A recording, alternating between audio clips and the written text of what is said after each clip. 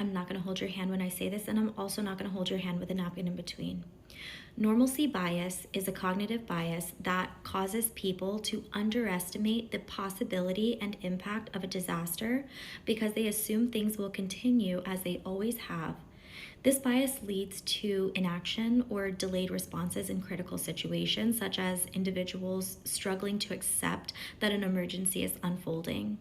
It often manifests in natural disasters, economic collapses, or even personal health crises when people ignore warning signs, believing that everything will be just fine, despite evidence to the contrary. In 1930s, many Germans underestimated the rise of the Nazi regime, assuming that the political instability and extreme rhetoric would eventually settle down.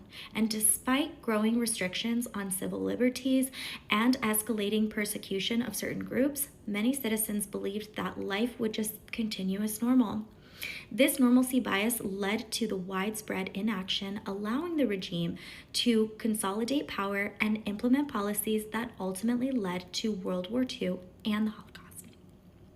People prefer to stay in a state of happiness during normalcy bias because accepting a disruptive reality can be psychologically distressing.